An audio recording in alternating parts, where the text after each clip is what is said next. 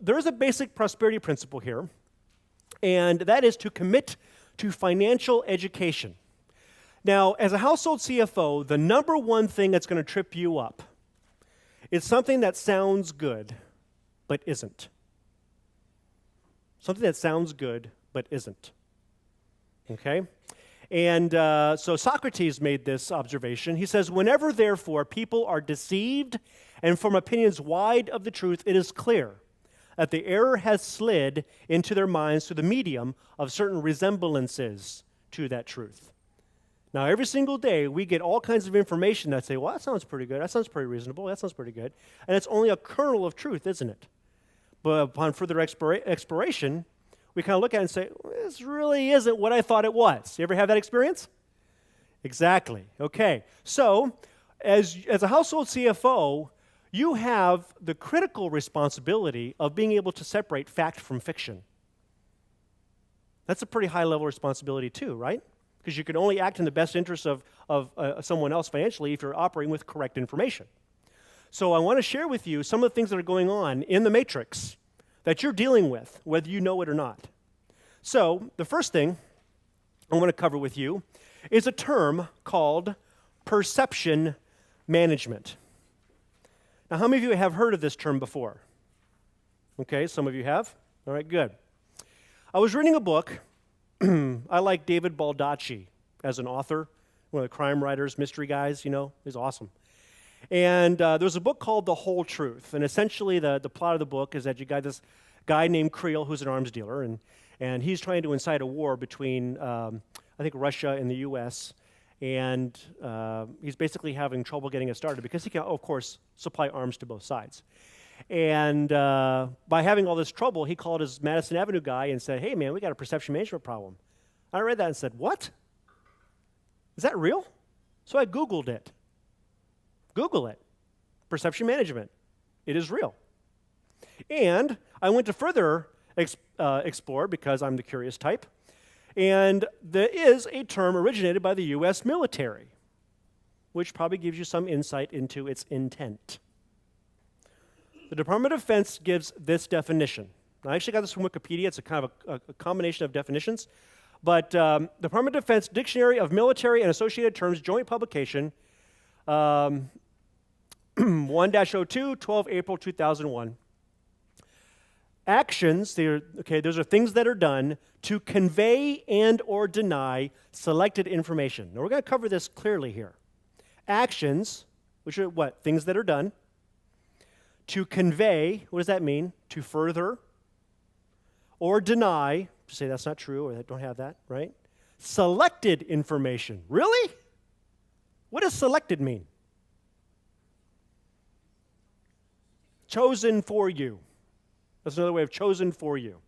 Information, pieces of data, right? And indicators. What are indicators?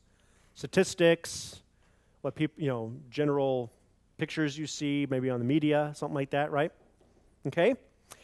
To foreign audiences. Who are foreign audiences? Well, anybody but you, right? Okay, so let's take it. So first of all, I'm going to take this from a military point of view. Then I'm going to take it in another point of view, a little closer to home. Foreign audiences, in this case, would be someone other than the U.S., if the U.S. is applying perception management, okay? So it would be actions to convey and or deny selected information and indicators to foreign audiences. So it would be to the audiences of some other country, whether it be Iraq or somewhere else in the world, okay? To influence their emotions. Now that's interesting. Give someone information, selected information or indicators to influence their emotions, their emotional reaction. You ever have that happen to you? You ever be in an argument with your spouse and you say, why are you pushing my buttons? That's what that is. It's giving you selected or denying information to evoke an emotional response. And the emotional response is usually not a happy one. Okay? How about motives? What are motives? Reasons why you do something. Objective reasoning, what's that? That's your wits. That's your ability to analytically look at something and logically look at something. As well as to intelligence systems. What are intelligence systems? Well, for a country, CIA, military intelligence, right? Things like that. What about how about corporate intelligence? You know, surveys, things like that. What about you as an individual? What would be your intelligence system? Hey, I'm kind of looking at doing this program. What was your result? Oh, it's pretty good. Oh, okay. That's intelligence gathering. Googling something, looking something up, reading about something. That's your intelligence system. Do you see? Okay, good. And leaders at all levels. That's all the government leaders and corporate leaders and so on. And for your household, it's you. To influence official estimates. Now, what are official estimates? Well, if you listen to the news at any time, you say, well, it's going to cost $750 billion to handle the financial crisis. That's an official estimate. That's invented by somebody somewhere who's official. Okay? It's, and as far as your household, let's say you wanted to do an addition onto your house. It's $20,000. That's an official estimate, right? Okay, good. Favorable to the originator's objectives. Favorable to whose objectives? The one who is promoting perception management. Now let's review what this says. Actions, things that are done to further or stop selected information and indicators. So indicators are also statistics, by the way. To foreign audiences, to influence their emotions, motives, and objective reasoning, as well as to intelligence systems and leaders at all levels to influence official estimates, ultimately resulting in foreign behaviors and official actions. Official actions is like legislation, putting laws in place, right? Okay? Favorable to the originator's objectives. In various ways, perception management combines truth projection. What's that? Well, it's a fancy way of saying, if you say something enough times, it becomes true. You ever heard that? Like, let's examine a couple things that have been repeated often enough that it's now true, that aren't true. Chemical imbalance causes mental health issues. Show me the study. I can't find one. If you say it enough times, people believe it.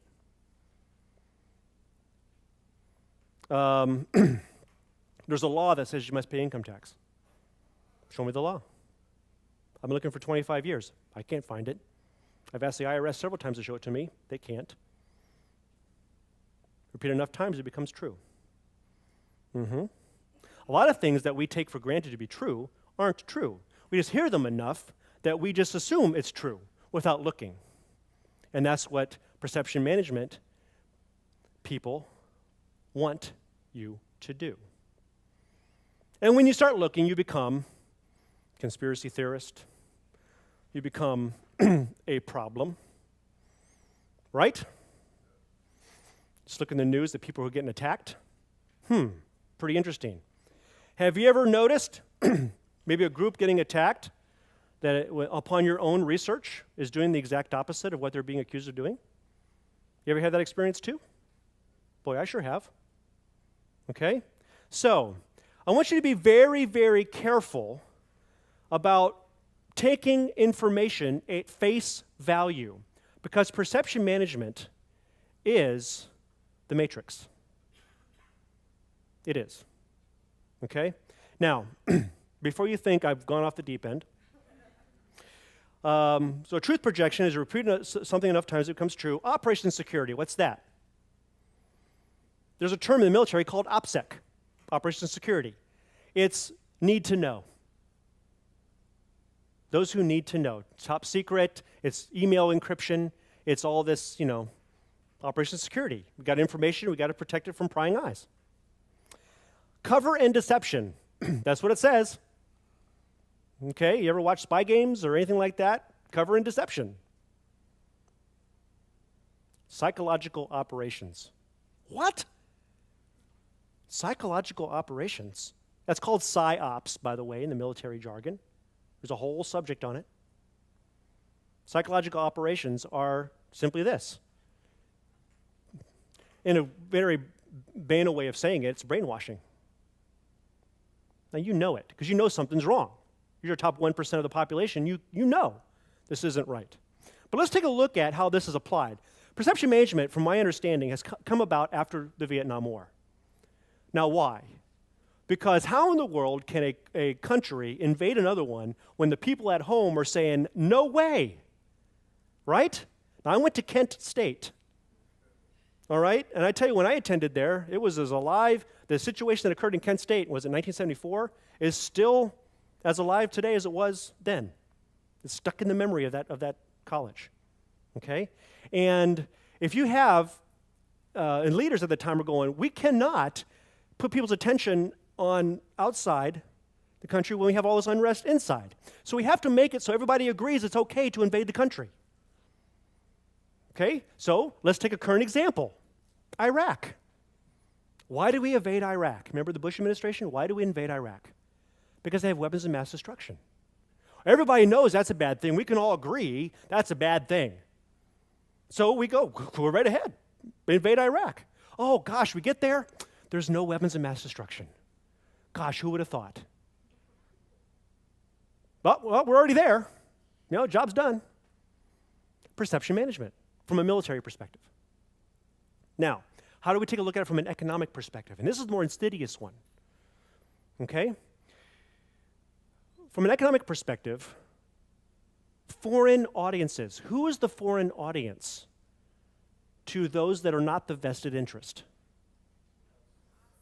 You are. If you do not have the top executives of the financial institutions, the Federal Reserve, the top media companies on your speed dial, you're a foreign audience. Okay? And there's a whole bunch of research in this. I'm not going to go into it. But realize that we have a particular situation going on. There are 6 companies that control 90% of everything you watch, hear, and read. I want you to let that sink in for a second. 90%, 9 out of every 10 pieces of data that you watch, hear, and read is controlled by 6 people. People. Because everybody reports to the CEO. Okay? You need to understand that. Okay? Who are they? General Electric. And they control NBC, Universal, CNBC, and other places we get financial information. Number 2, News Corporation, Rupert Murdoch's company. Okay? And they control Dow Jones, Fox News, New York Post, Wall Street Journal. Then we go to Disney. That's right, Mickey Mouse. Okay, ABC, Lifetime. Viacom, that's Sumner Redstone's company. And they own Paramount, Black Entertainment Network, Noggin for kids. MTV, that wonderful channel of ethical and moral piety. Remember when it used to be just music videos, or am I too old? Yeah, right. Okay, Time Warner, Time Incorporated, USA Net, CNN, Money Magazine, Fortune, People Magazine, CBS News, CBS Radio. Simon & Schuster, by the way, is one of the largest publishers of personal finance information, by the way. Okay? And they own, these are just the highlights. They own tens of thousands of radio stations and newspapers, and it's all been controlled. All right? Now, let me ask you a question. It's very simple. If one of these guys, do you think they get together and play poker? Don't you hang out with other people in your profession that are on the same level as you? So you think these guys kind of hang out maybe? They fly their private jets into some place and maybe have a poker game? Think it's out of the realm of possibilities? I don't think so. One of them says, hey, I got 1 million shares of Apple I'm trying to get rid of. No problem. We'll just go out there and say how great Apple is. Right? So all the radios and all the talking heads and everybody starts talking up Apple. What happens when there's a good story behind a stock? Creates demand. People buy it. What happens when people buy stuff? Prices go up. Then the person with 1 million shares goes, thanks a lot. I made an extra $200 on Apple. Then it goes down because Apple never went up in value $200, only the perception management that it did. You get it? This happens every minute of every day. I don't read the newspaper anymore. I haven't for years. What are they going to tell me? Nothing. Okay? So, as a household CFO, I share this with you because if you fall into any trap, it's going to be a piece of crap that you heard or read or saw from one of these channels that is deliberately designed to influence your emotions, your motives, and objective reasoning to act in a way that is being designed for you. Now, if I get in trouble for anything, it's for what I just told you. I'm going to put that I'm going to put that out there right now, okay? But it is no less factual. Now, George Orwell, remember George Orwell, Animal Farm in 1984? He had a very particular point of view. He said, the people will believe what the media tells them they believe. And you know what? On observation, that's true. Now, it's a double-edged sword. Because how are celebrities made? Because they get on TV and they talk, and everybody said, well, people believe what he said. I believe it. People believe what they see. That's just a human condition. That is a good thing or a bad thing, depending on the originator's intent. And that's the most important thing to know here. Okay? So, one more comment I want to make. This is from dissident Czech novelist Zidner Urbanik. He says, in dictatorships, we are more fortunate than you in the West in one respect. We believe nothing of what we read in the newspapers and nothing of what we watch on television because we know it's propaganda and lies. Unlike you in the West, we've learned to look behind the propaganda and to read between the lines, and unlike you, we know that the real truth is always subversive. Now that's powerful. But you know, I want to hit you with it because when you start your plan, you're going to be doing things that are not normal in the eyes of everyone watching the newspapers, TV, radio, da-da-da-da. You're going to do things that are non-traditional, that Susie Orman doesn't like. You can know that the more noise you hear, the more disagreement you get from the main media channels, probably you're doing the right thing. Robert Frost, talk about the road less traveled. You ever read that? He says, I chose the one less traveled by, and that has made all the difference. Well, in my personal life, since I was 5, I have taken the road less traveled. What everybody else is doing, I did something else. Now, I will tell you, only twice I really messed up. Only twice. Everything else turned out to be just fine. Okay? So what I'm telling you is that if everybody's walking this way and you find yourself walking that way, just walk in full stride. Let's go right ahead and do it. What's worse that's going to happen to you? You're going to look back and say, well, this really wasn't what I thought it was. Fine. Then go back and do what everybody else is doing. But at least you took a look. And that's all I want you to do is just look. Make sense? Okay, good.